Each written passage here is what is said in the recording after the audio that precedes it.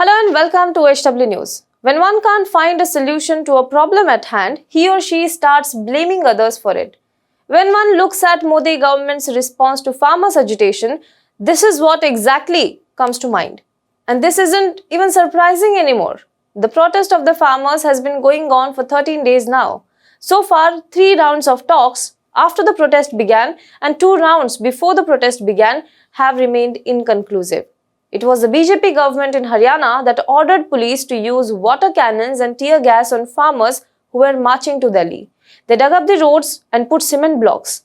And when the farmers reached the national capital defying all these odds, they did not even give them permission to protest at Jantar Mantar. They did ask farmers to move to Burari ground, but farmers, having gone through so many obstacles, refused. They wanted either Jantar Mantar or Ram Leela ground, for which even today, they have not got any permission. In the last talks, the farmers demanded a complete rollback of farm laws passed by Modi government and sought an answer in direct yes or no. Today, the farmers' organization even called for a Bharat Bandh. So there seems no solution in sight for the deadlock to end anytime soon. But Modi government did in fact find someone to blame in this, the opposition. Yes, the opposition parties earlier had declared that they will support the farmers' call for nationwide strike. It included parties ranging from Congress, the Nationalist Congress Party, left parties, TMC, ShivSena, TRS, Samajwadi Party, Aam Aadmi Party, RJD, etc. Total 18 parties supported this bandh. The BJP, however, took it as an opportunity to blame these parties for the politicization of the farmers' protest. It started with a leaked letter of NCP chief Sharad Pawar. Now, Sharad Pawar was India's agriculture minister when the UPA was in power. This letter of his, written to 2 chief ministers then, including late Sheila Dikshit, former Delhi chief minister, and then Madhya Pradesh chief minister of that time, Shivraj Singh Chauhan, was shared on social media by BJP leaders saying that the opposition parties had supported the same reforms for the agricultural sector when they were in power. Before moving on to what the BJP is alleging, let us see what does the letter actually say. Sharad Pawar's letter to Sheila Dikshit. On August 11, 2010, Sharad Pawar wrote a letter to the then Delhi Chief Minister Sheila Dikshit, stating that the need for private sector participation in the agriculture sector. Not only this, Pawar was advocating changes in the APMC Act, which is the center of the protest right now in 2010 itself.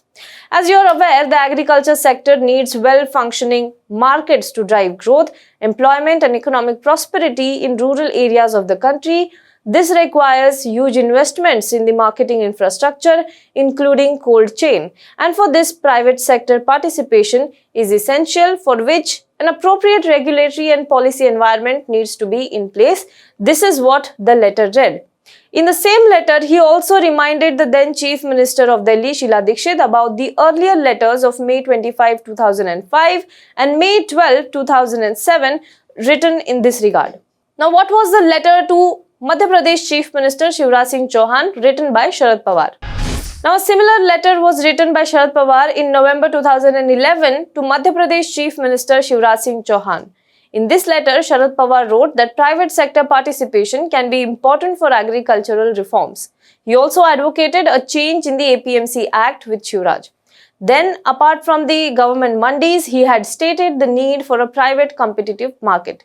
In this context, there is a need to amend the present APMC Act on the lines of Model APMC Act 2003 in order to encourage private sector investment in marketing infrastructure and providing alternate competing marketing channels in the overall interest of the farmers, consumers and agricultural trade.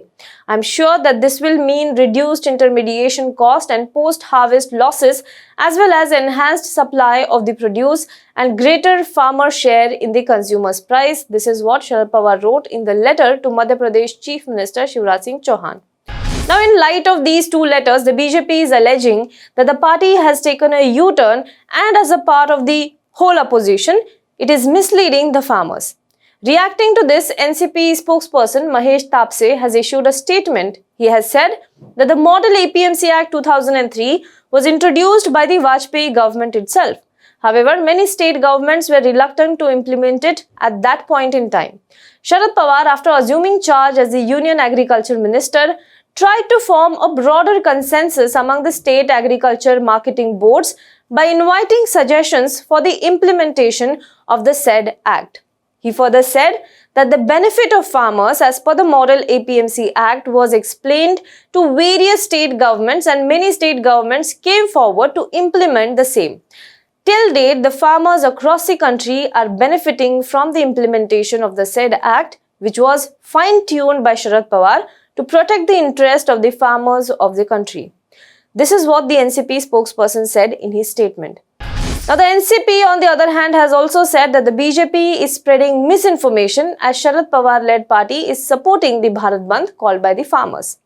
Today, Sharad Pawar broke his silence and finally issued a statement, issued a clarification. He said, and I quote, "I had said that APMC needs some reforms. The APMC Act should continue, but with some sort of reforms. There is no doubt that I had written the letter, but their 3 acts does not even mention APMC. They are just trying to divert the attention." Well, first of all, the Modi government keeps saying that the opposition is trying to mislead the farmers. But it has conveniently ignored the fact that the Delhi Chalo March was started by the 500 farmers' organization themselves, and close to 2 lakh farmers are estimatedly taking part in it.